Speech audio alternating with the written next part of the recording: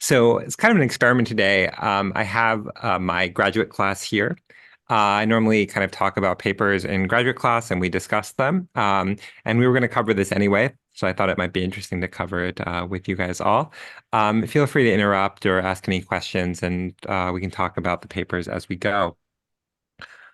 In theory, I have two papers to present today. We'll see how far I make it. We'll probably mostly focus on the first of the two papers.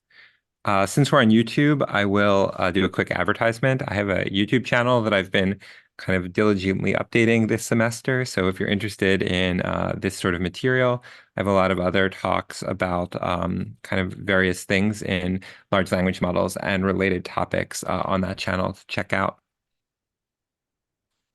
So the first paper I'm going to present today is a paper that was led by Nicholas Moininghoff. The paper is called Scaling Data-Constrained Language Models, and it's really a paper about scaling laws and what their implications are and how to understand and utilize them in practice. I think this is a really interesting topic and one that people from all different disciplines can understand and kind of extend. So I'm going to spend most of the talk kind of just talking about scaling laws generally, how I think about them, how you might think about them, and kind of answer any questions about what they're for. So let's talk first about this idea of scaling. One principle I generally use is when something's hard, I draw a lot of pictures. So this talk's going to have a lot of little icons to try to work through the material. So the main kind of concept that we're going to start with is this idea that when you train a large language model, you get to decide two things. You get to decide how big your model is. That means if it's a neural network, how many parameters it has. And you get to decide how much training data you're going to train on. And based on these two factors and a scaling factor alpha, you end up with the amount of training compute that you're going to use. And it's multiplicative because roughly each part of your training data goes through your model and touches each of the parameters once. That's not true for all architectures, but it's true for most of the architectures that we actually utilize in practice. Now, this really matters because training compute is, by definition, a limited resource. It's expensive to buy compute, and it's become a kind of constrained resource in the sense of like there just aren't enough GPUs in the world to train all the models that we're interested in. And we can think of these three quantities as kind of existing almost as physical kind of resources. Model size is measured in number of parameters. Training data is measured in number of tokens, or you can think about it as number of words. And training compute is measured in terms of flops. So we measure the training compute in terms of just the amount of basically multiplications and adds that you have to do in order to get a large language model. Now, from these quantities, we can look at various different architectures that have been popularly used in the last half decade. So the BERT base model, which was released in 2018 and kind of revolutionized the field, was a model size of only 109 million parameters. So that's big, but it's not kind of as big as the models we're used to using these days. It actually was trained on a lot of tokens. It was trained on about 250 billion tokens, and it gave a total amount of training compute of about 1.6 times 10 to the 20th. And you can think about this in terms of the number of TPUs that they use per day.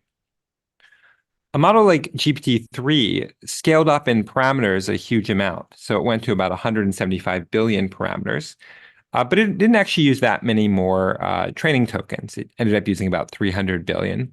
But that ends up being a lot more flops because each one of these tokens has to go through many more parameters. And you end up using about 1,000 times more compute than with the BERT base model. Now you get out a much better model. It's extremely more useful. It's more powerful. It demonstrates more abilities than BERT, but it costs a lot more. For a model like PaLM in 2022, they trained with 540 billion parameters and used about 780 billion tokens. That gives a whole nother order of magnitude in terms of compute, and it ends up being an extreme number of TPUs over this amount of period. Now, you can kind of guess where this is going. As models get better and more training compute goes into them, we get out better language models. And if you read the news these days, you'll see things like Facebook announcing that they had bought 350,000 H100 GPUs. And that's because people are trying to scale these models and make them bigger and kind of run with more compute. Now, when making these decisions, there are a couple of factors that we need to take into account. We're kind of making an expensive purchase. We're like a CEO of one of these companies, and we want to understand how much will having more any of these quantities get me in terms of language model performance. And the second and perhaps even more interesting question is an allocation question. So we have two kind of knobs we can turn, the parameter size and the number of tokens. And how should we balance these? When should we decide to go with more parameters, or when should we decide to go with more data? Now, the first question was resolved in this paper called Scaling Laws for Neural Language Models. And what they show here is that almost all of these help. And these help in a way that's known as a power law. And what that means is that if we plot model size and perplexity, or in this case, loss, you get this log-log graph. So you get a kind of linear line on a log-log graph. And what this is saying is that, as we've seen in class earlier, that like if you think about your loss as roughly measuring the amount of bits it takes to encode the next prediction, then that's going to go down in a nice way as you make your model size bigger. Now, it will also go down in a nice way as you make your training data bigger. So increasing both of these leads to better perplexity, a better language model, and a better understanding of language. And the same is true with compute. As we throw more compute on these problems, we get a nice curve in terms of our final model. Now, the allocation question is slightly different. For allocation, we're interested in how we use the flops that we have. So in this setting, you can say, basically, we have a fixed amount of compute. It's a scarce resource. How should we get the best model in terms of its loss out with that amount of compute? And what that ends up requiring is deciding how we're going to trade off model size and training data. So you can think of every point on this graph as being a different language model. The location in space represents how much training data it chose to use and how big the model size would be. And the kind of revelation of the Chinchilla paper is that there's a way to do this correctly. And it's correct in the sense that it's the optimal allocation of compute in terms of model size and training data for a kind of very fixed class of models. So we're kind of particularly interested in standard transformer-based language models with a fixed learning rate. And what they found was that many of the models that had been trained up until that point had made a decision to allocate more of their resources to parameters than training data. And that decision was actually in some sense wrong. So it was leading to models that were much bigger than they needed to be and models that were undertrained. And what they show in this paper is that through some empirical measures, you could produce a model that would be smaller, but trained on more tokens and lead to better perplexity per compute. And what they argue is that as we get more and more flops, as we get better and better GPUs, this kind of leads to a choice of allocation that you should make for future models. So how do they do this? So to do this, they kind of propose a formula. And this formula people just refer to as the Chinchilla formula. And it corresponds to deciding upon, for a given data set, some regression coefficients that predict the future loss of the model. So let's look at this equation. So this equation tells us what our future loss will be for a given choice of model size and training data. And the key coefficients in this formula are A, B, alpha, beta, and E. Now, E is going to represent basically the best loss we could ever hope to obtain. This is like the optimal loss for your underlying language. You can't do any better than this. The first term corresponds to a term consisting of the portion of our loss that's affected by the model size, and the second to a portion of our loss affected by the training data. The alpha and the beta coefficients tell us how loss is going to effectively scale with more parameters and more training data. In the paper, they kind of fix E and then fit A, B, alpha, and beta from real life experiments. They run a lot of different language models. They get a good final loss, and they utilize that to try to estimate how this equation will scale for future language models. They show that they can do this on somewhat smaller, but still large language models, and then extrapolate out to much bigger language models. So that means we're going to be training billion scale models and then extrapolating them out to 100 billion scale parameter models. And that's how we get the equation on the previous slide. So this equation here comes from the predictions of the approach. Okay. So that's the kind of starting point that this talk will base itself off of. This was a formula that really helped people estimate how they should allocate parameter size and training data for language models. It changed the kind of calculus of how people were thinking about these models, that instead of just making them bigger and bigger in terms of parameters, it got people to think about it in terms of flops and in terms of utilizing it both for training and for scaling the model itself. But there's a couple assumptions that Chinchilla makes. One is that, well, first off, that you want the best possible model for what you have available. And the second assumption, which we're going to explore more in this paper, is just, well, what happens if we just do not have the amount of tokens that Chinchilla demands? It's going to keep on telling us that we need to feed in more and more training data in order to utilize the compute that will be available to us. But training data by itself may also be a limited resource. It's assuming that we kind of have high quality examples of English or other languages, and that assumption may not be true in the coming years. So this is a graph from a paper from 2022, and it looks at this question of how we can kind of expect to continue scaling these models. Now, one thing I want to emphasize is that a lot of these graphs kind of have axes that are log scale. So this one here is kind of estimating the amount of words that are available or number of tokens. And when you get kind of uncertainty bars on log scale graphs, it can get pretty out there. So we don't have a really great estimate of exactly how much data there is. But we do know that given how large these models are, if people keep doubling every year, they're going to very quickly get to kind of the limit of the data that's available. So in this paper, they estimate it around about 2025 with the current scaling properties. But in lots of other specific cases, we may already be running out of data or running into data constraints. So here are some estimates. So if we look at the number of papers available, this is like research papers, say, from the archive, we get to about around 1 trillion tokens. If we look at kind of books that are available, we get to about 1.6 trillion tokens.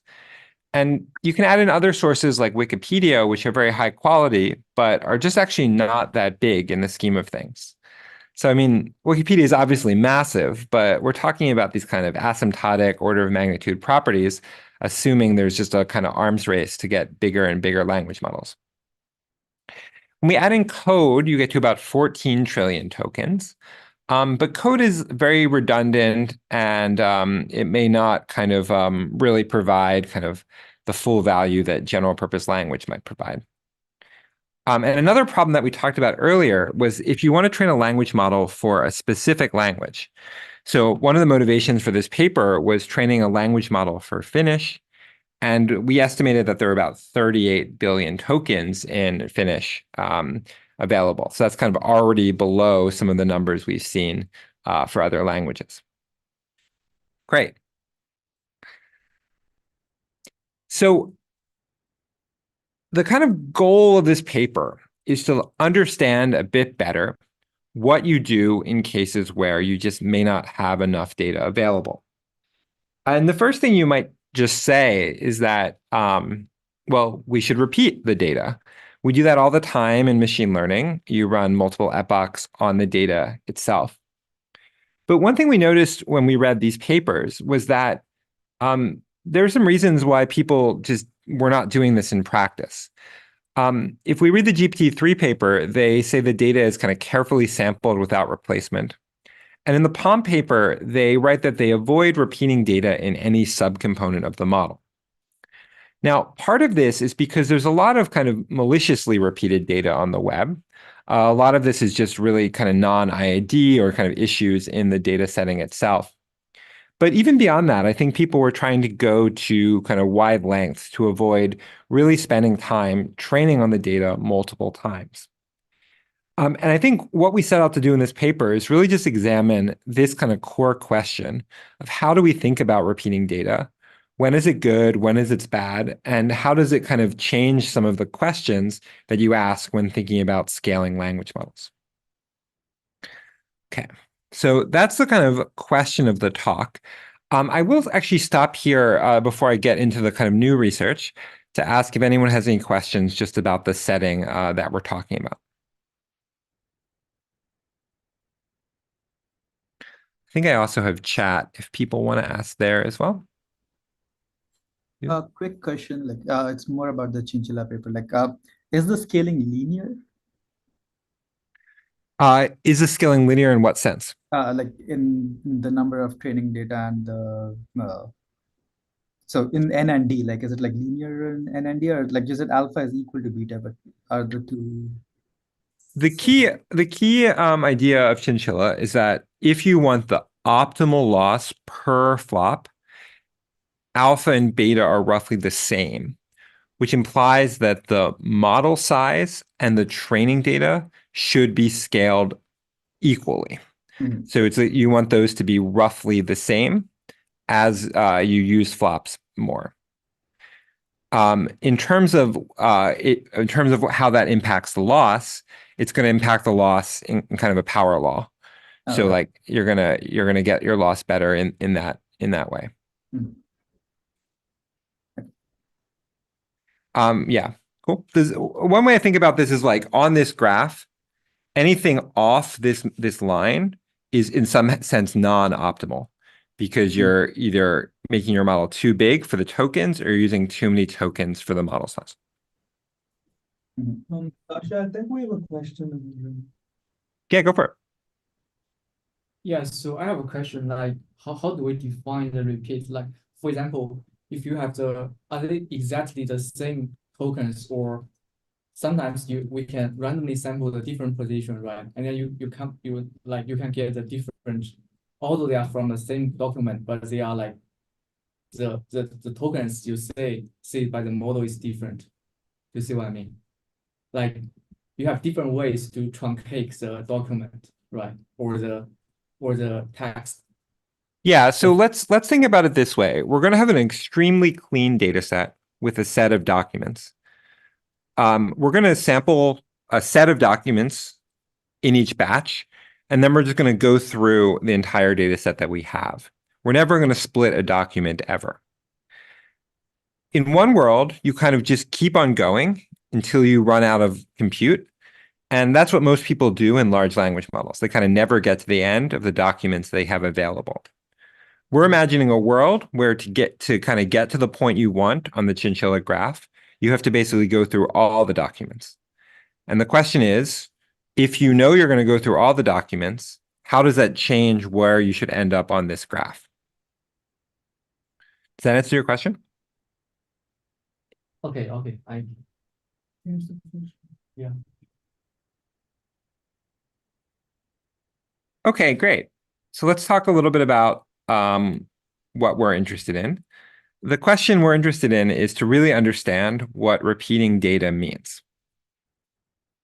So I'm going to give you the entire experimental setup of the paper in the first slide. What's interesting about these scaling experiments is they're extremely empirical. we're basically going to be just collecting a lot of kind of scientific data points from the world, and then we're going to be fitting curves. And we're just trying to understand what these curves tell us about the properties of the underlying models. So to do this, we ran about 300 different runs, and we're going to do something that's kind of odd in a machine learning paper. We're going to basically fix the hyperparameters, the architecture, and the data set from the start. So we're not interested in that. We're assuming basically people have discovered the right language model. It looks like a GPT-2 transformer. They've discovered the right hyperparameters. These are the hyperparameters Google gave us for our chinchilla, and that we roughly have a pretty good data set. So we're going to basically use a kind of clean, standard training data set for this problem. What we're going to vary is the amount of compute, the model size, and the training data. So we're considering several different regimes. They all correspond to model sizes of 2.8 billion to 8.7 billion, and they all correspond to different amounts of training data. Now, I'm going to be really careful here because we're introducing a new degree of freedom. Since we're going to sometimes repeat the training data, the key idea is how much of the training data was unique and what percentage of it was repeated. So I'm going to try to make that extremely clear as I go, but be aware that that's a new thing in our model that didn't exist in chinchilla. Okay, so that's the setting. We're going to run all these experiments, and then I'm going to look at them from several different angles. This paper is a lot about kind of making graphs and understanding what they imply. Okay. The last thing I'll note is that this is what I mean when I say repeat data. So we're going to start with a large amount of unique data, so unique documents, and I'm going to artificially split those documents to allow myself to explore different amounts of repeats. So I have one epoch means I only look at new documents. Two epochs means I go through the same ones twice. Three epochs means I pretend I have 1/3 of the data and go through it 3 times. So that's what I mean in practice. We're kind of simulating just having less data. All of these models use exactly the same amount of flops. As you can tell, they have the same amount of kind of total tokens. The only difference is that 7 epochs repeats the data 7 times, where 1 epoch does not. Okay, so here are the experiments. So what I'm showing you here are 3 different models. They're of 3 different sizes, and they're all trained for exactly 1 epoch. So under this setting, the model that is small and trained on fewer tokens gets to a loss of around 2.6, where the one to the right gets to a much better loss of about 2.4. Now what I'm going to do is for all of these models, I'm going to run on 2 epochs. So repeat the data twice. And the curves look very similar. So for the small model, I have almost exactly the same end state. For the big model, similar. I basically haven't lost anything by repeating the data twice. Here's 3 times. Here's 4 times. So now I've basically used 1/4 the number of unique tokens, the same number of flops, and I've basically had no degradation to my final language model. Here's 5 times, 7 times, and 14 times. Now at 14, I'm starting to get a real loss of my final model. It's much worse. There's a major degradation from the fact that I've repeated the data 14 times. As I continue to go, things just kind of leave the regime of where we understand the hyperparameters and just stop working altogether.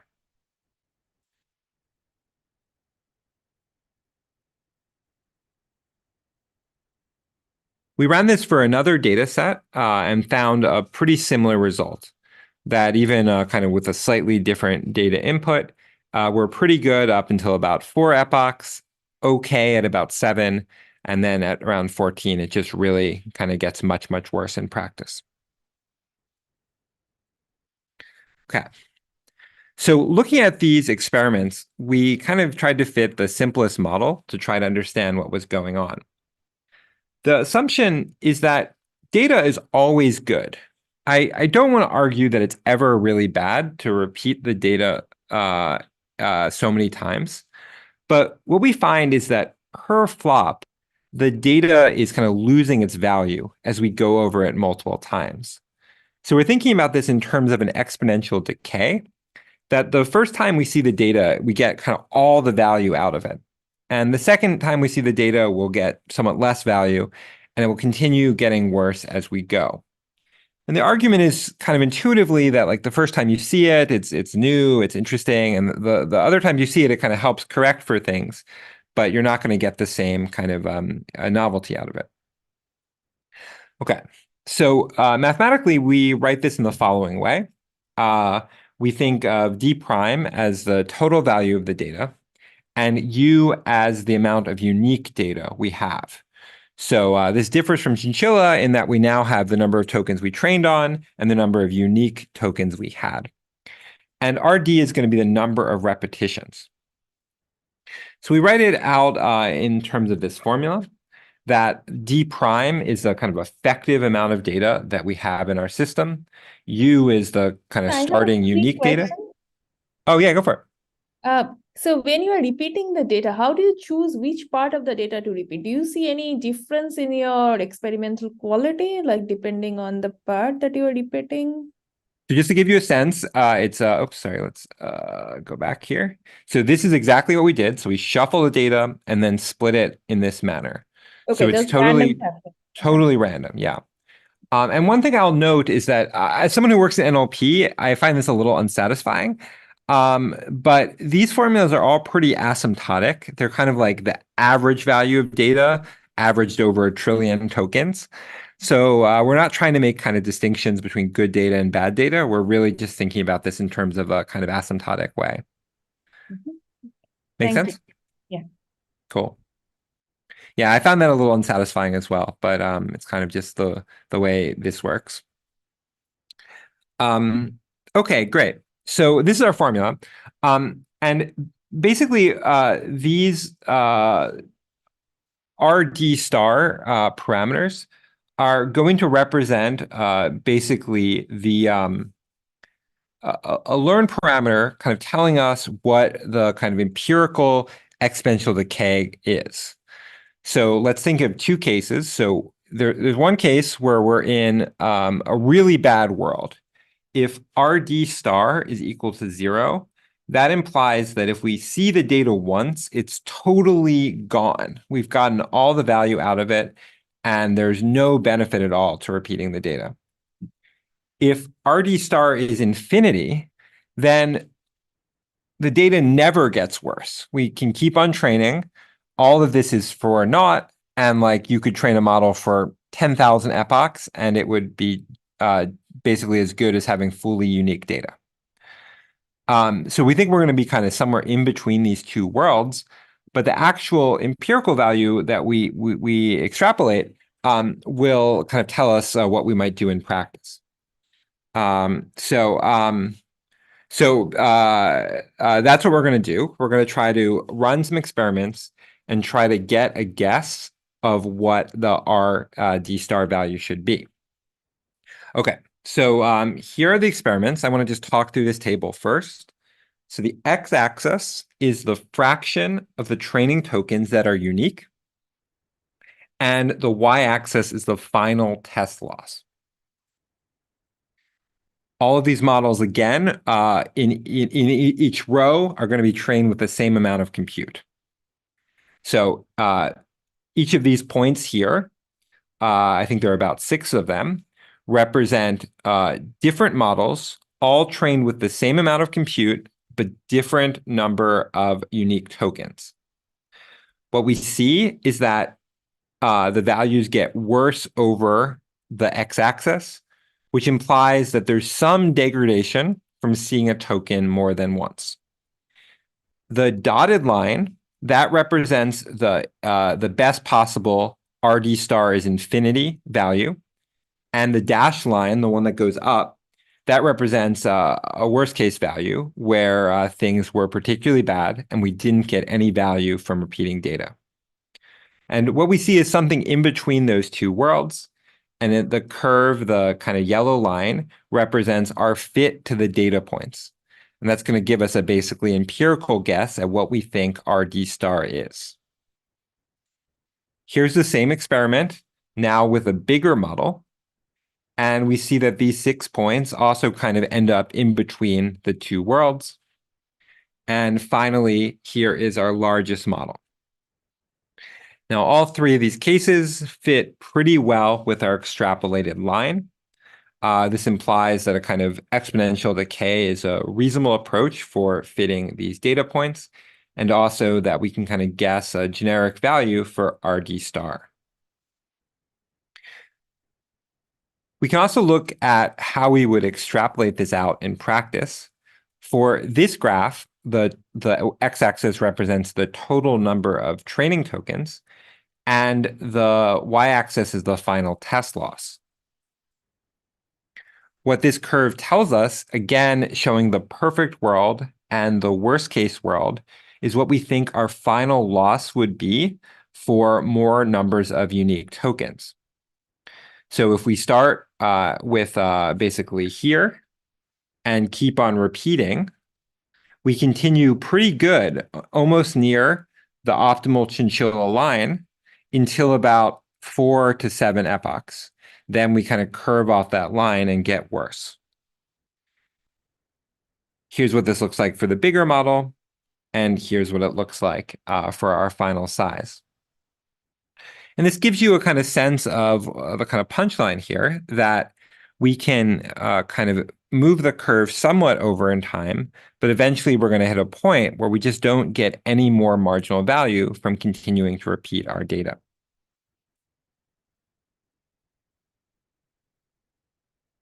Okay.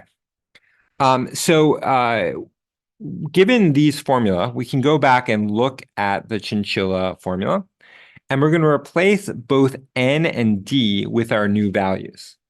So we're going to replace d with our d prime. So instead of thinking about number of unique tokens, we'll think about the effective number of tokens from repeating.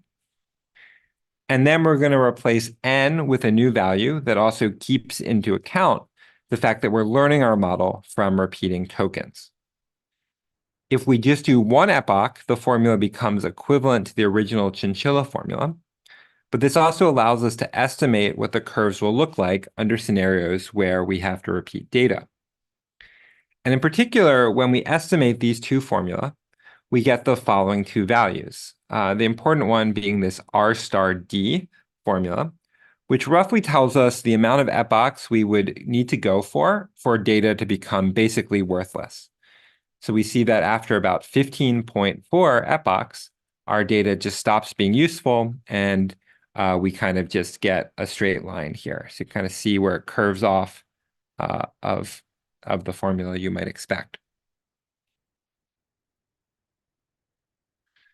Okay, so that gives us a very good sense of return under the case where we're repeating data. But recall that this graph of chinchilla was very helpful at telling us the allocation. So what we're interested in now is kind of what we should do in terms of model size when we know we only have a limited number of tokens. So we have to decide whether we should have a bigger model to compensate for the fact that we have less tokens, or we should somewhat repeat more if we have less tokens. And just out of curiosity, let's do a quick vote. So who thinks it's blue? So let's get some hands. So who thinks we should have a bigger model to compensate for the fact that we have less tokens? I guess I can't see anyone think. Maybe you can do your emoji, do your plus emoji. Does that work? How about some chat? Can people do it in chat? So can you write blue or green in chat?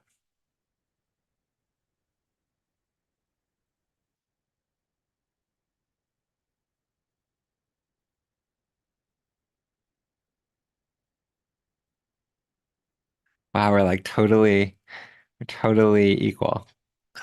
So when I first saw this, I was convinced it was blue. Because for me, I was like, well, we only have a limited amount of data. So what are we going to do? It makes sense that we would use the compute to make a bigger model, and that bigger model would just learn more from the data we have. But kind of counterintuitively, you end up with something that's green. So to see this, we just ran a lot of empirical experiments and we plotted them on this graph. So all of these experiments start with this amount of data here. And this is where you'd end up if you just had a straight line. And each of these points represent a kind of different point in chinchilla space. So a different choice in the number of parameters and then a number of epochs. And this curvature here represents the final loss. So white points have the best loss, black points have the worst loss. And this is the regime where we just start doing entirely poorly. So what we're interested in is whether this curve reflects a line that's like this, or is blue, or is green. And in practice, when you kind of fit this curve and look at what you get contours that look like the following. So these kind of contours are the idealized version of this graph. And what you find is that the kind of optimal scaling goes straight like this, and our approach ends up with something around here. So that goes underneath the chinchilla curve. Now, why does it not continue out forever? Well, at this point, you've gotten to 59 epochs, and as you've seen, there's no point in kind of continuing onward because your model is just going to like stop being able to get any value out of data. But that the best thing to do is to basically repeat more and use a slightly smaller model. So this is a kind of an empirical observation that comes directly from the equations we saw in the previous slide. So this basically can be derived directly from these two numbers. So this says basically the decay in the data is going to be slower than the decay in the parameter. So the fact that these two are not equal gives you that curve underneath the line. So this is kind of interesting because it actually tells you kind of practically what you should do in some of these hard cases. It tells you that if you think you're going to run out of data, what you should do is actually kind of have a smaller model and then just train for longer on the data that's available. Cool. So you might say that these experiments are all relatively small. We were able to train a much bigger model in practice, though, to try to guess some of these numbers. For here, we trained a model that was 8.6 billion parameters, but trained for 178 billion tokens. That's kind of what Chinchilla would tell us to do. And we compared it instead to a model that was smaller, but trained for more epochs. So we started with 25 billion unique tokens and repeated out to 242 billion. So that's say about, I guess about an 8 times repeat, or I guess a 9.7 times repeat. And we end up with a kind of better loss. So these two models use the same amount of compute, but we get a better loss from taking into account the fact that we're repeating data. These predictions also hold downstream. So we ran on a bunch of NLP tasks, and we found that the perplexity values that we got from the system hold up in practice. So we do actually better with the model that's smaller and trained for more epochs than a model that was kind of trained with the way you might think to do it, just based on the chinchilla formula. Cool. One other neat thing about this formula is that I said that most large language models before this paper were trained on a single epoch. But that's not actually true. For one, there's a lot of large language models that we've never seen. But two, there are a couple of papers where they do train for multiple epochs. One of these papers is a model from Facebook called Galactica. This is a really neat model that was trained on scientific papers. And in the Galactica paper, they train for roughly 4 epochs. They need to do this because, as I mentioned earlier, there are just not enough scientific papers to train a full large language model. But they decide in this paper that they would do the thing that made sense to me originally, which is to train a bigger model on less number of repeats. However, from our formula, we actually think this was the wrong decision, and that if they were going to go back and retrain Galactica, they probably should train a model that is repeating more times with a fewer number of parameters. They probably could have produced a kind of better model for the amount of compute they were using. And so it's interesting, kind of counterfactual, to think what that model may have looked like. Great. So I'm going to talk a little bit next about some other strategies for training models under data constraints. But this is a good place for me to stop if anyone has any questions about the formulas I've gone over so far.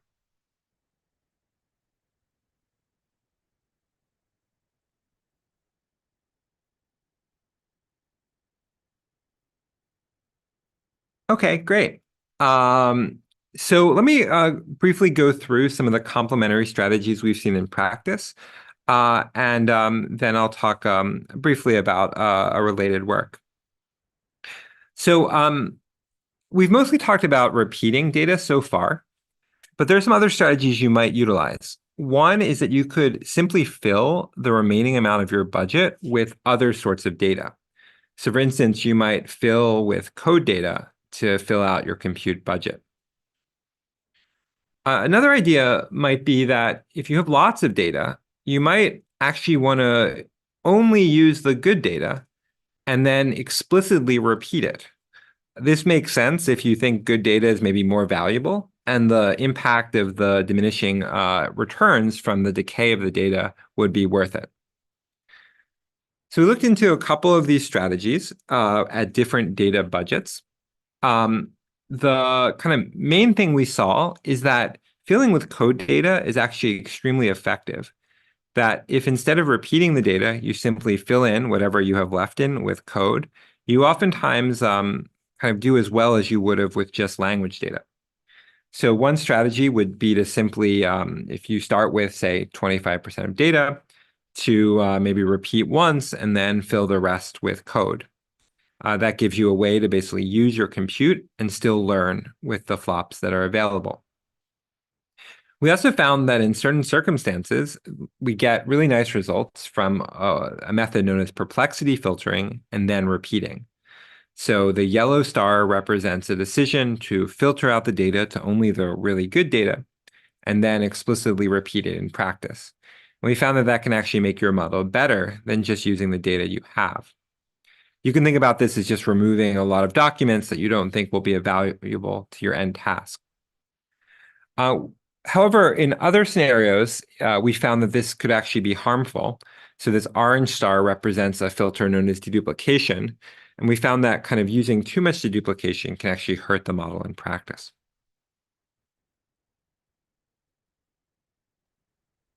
Cool. So here are the takeaways. So in general, we found that repeating data about 4 times is totally fine.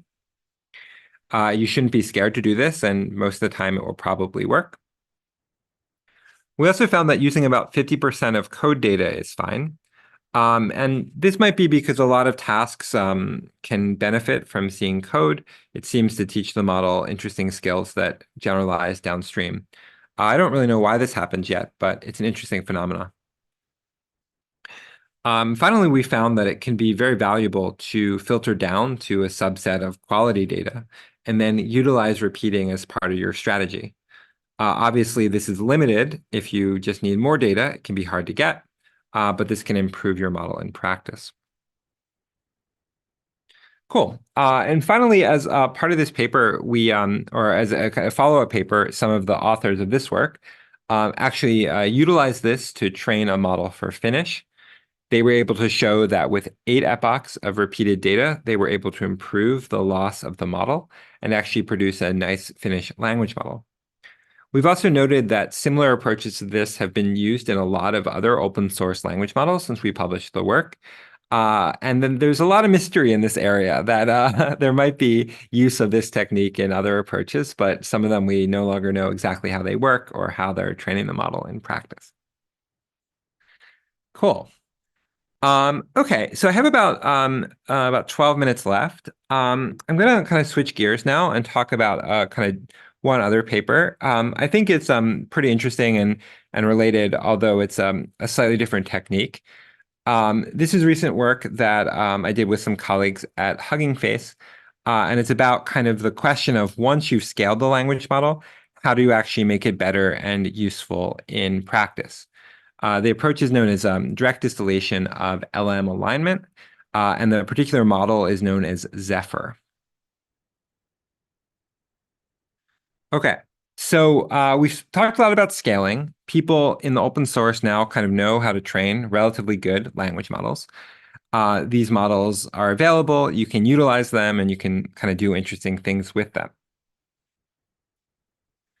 And when you apply these models to kind of standard benchmarks, you do relatively well. We have a good sense of basically how to take one of these pre-trained models, maybe fine-tune it for a given task, and given some input, you get an answer that kind of answers the question that you're interested in. This is from a standard benchmark known as MMLU. The way you do this is the following. The way you make these models kind of good at these sort of tasks is you generate these synthetic data sets. This is one known as UltraChat.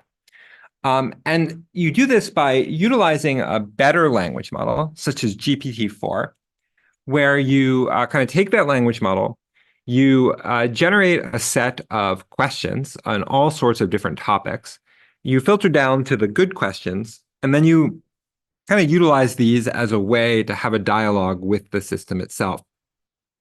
And these sort of self-instruct data sets have made it possible for open models to perform pretty well on a lot of different tasks. Generally, these methods go under the name instruction distillation. And there's a bunch of available models that improve upon the kind of base large language models that we've seen earlier with these instruction distillation approaches. However, there's another type of benchmark which seems to be harder to get working. These benchmarks are less about kind of answering academic questions and more about responding in a natural manner that respects the question answerer's intent. This is the kind of thing that made models like ChatGPT so appealing to people using them in practice. How do we kind of answer weird or normal questions in a sensible and kind of natural way? The problem is that the way people have gotten models like ChatGPT to work is to utilize a very large set of human feedback on the output of the systems. This feedback was done by getting a lot of annotators to say, this response was good, this response was bad, I like this response better than that response. And you can do this, but it costs a lot of money. And it's like a lot more annoying to kind of get data for than the rest of the process. So people have been building data sets that look kind of similar to the ones I mentioned earlier, but instead give what's called feedback to the model. So one of these is called ultra feedback. There are several of these available.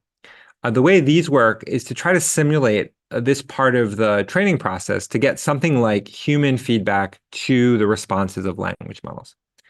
And the way this one works is that you give it a prompt, you get language models to give different responses, and then you use a model like GPT-4 to predict which one of these was good. So say this was the best one and this was the worst one. And from this, you kind of synthesize something that looks like the kind of human feedback stage of ChatGPT. Here's another approach. It's slightly different. In this approach, they kind of make the process even simpler. They get a prompt that's sampled. They get a response from 4 different language models. And they don't even provide feedback. They just say, whatever GPT-4 did was good. Whatever some other model did was probably worse. And so that's the kind of feedback they provide to the system. Now, once you have this output, you have to decide how to actually update your language model to align it to the feedback that you got. So in particular, you want the model to prefer the good response from the bad response. And this looks slightly different than standard language model training. So in standard language model training, we just have some text. We want to make the perplexity of that text as good as possible. Here, what we want to do is instead compare two outputs and make a good one better than a bad one. Now, there was a common approach that people used, and it was kind of widely used up until I would say about last year, which is called proximal policy optimization. This is a rather complex RL-based approach for optimizing the subjective. Requires basically repeated sampling from your language model, use of a proxy or reward function to try to determine which is better or which is worse. So it's popularized by OpenAI and kind of widely used in the field. In the work that we did, we kind of wanted to do something really dumb. So I like this kind of picture, which kind of argues that there's like a really complex RL strategy for this problem. You do it really fancy, you kind of keep on policy, etc. And what we're going to do in this paper is instead do something really simple, which is just kind of make the good one better and the bad one worse.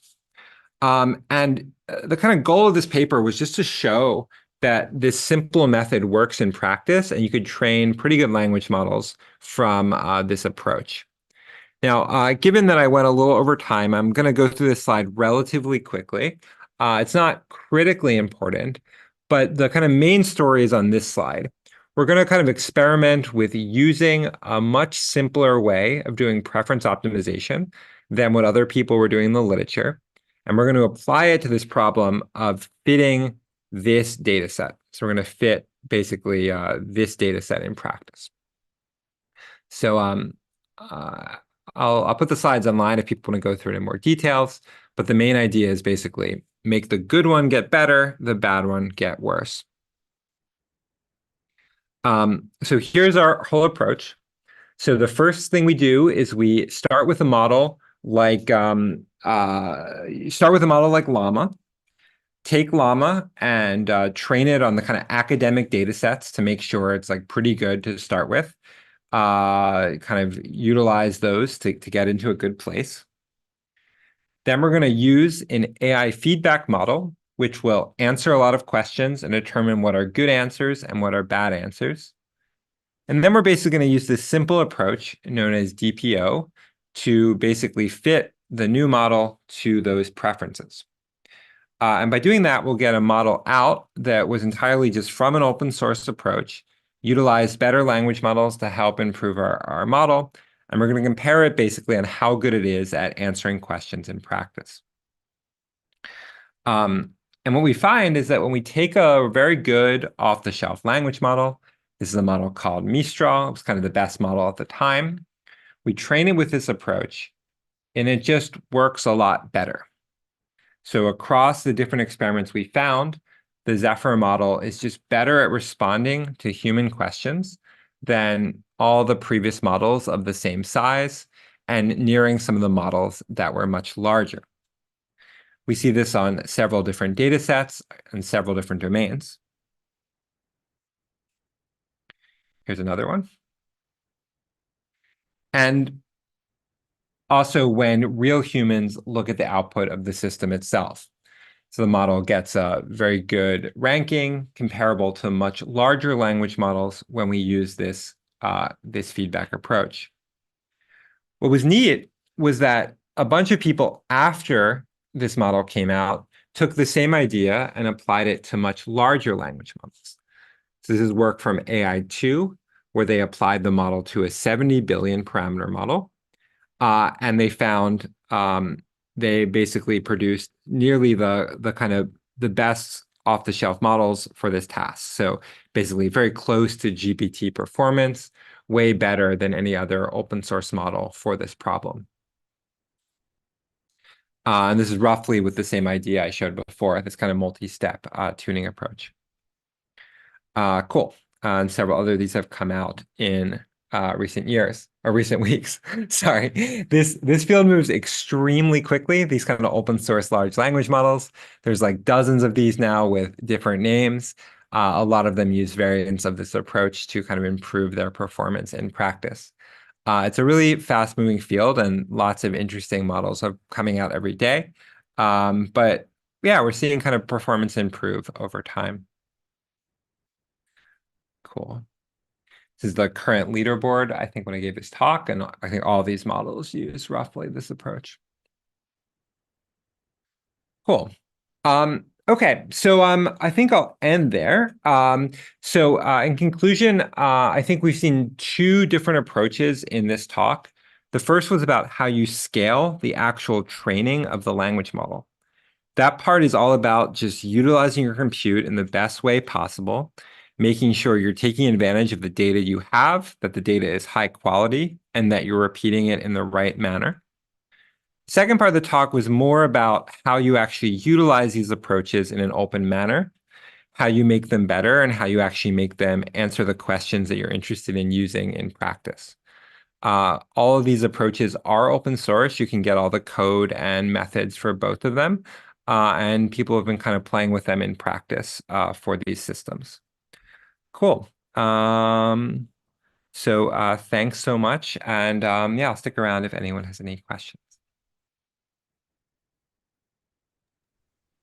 Thank you for a very nice talk. Do we have more questions? Other questions? We are a little running over time, but Yeah, there's a request to share the slides, so we can put it up on our webpage once we get it from Sasha.